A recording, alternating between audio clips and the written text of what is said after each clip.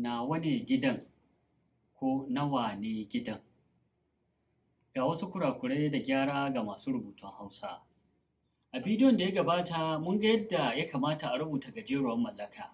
A wannan bidiyon kuma zan yi bayani game da doguwar mallaka a Hausa. Doguwar mallaka kalma ce mai zaman kanta da ake rubutawa a ware da tushen kalmar da aka mallaka, saɓanin gajeruwar mallaka.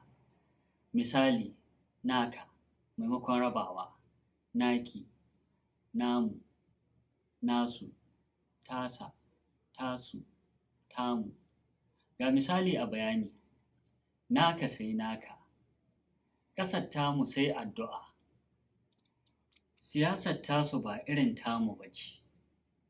Kun ga a doguwar mallaka mahaɗin da wakilin suna a haɗe ne wanda ya tayar da kalma mai cin gashin kanta.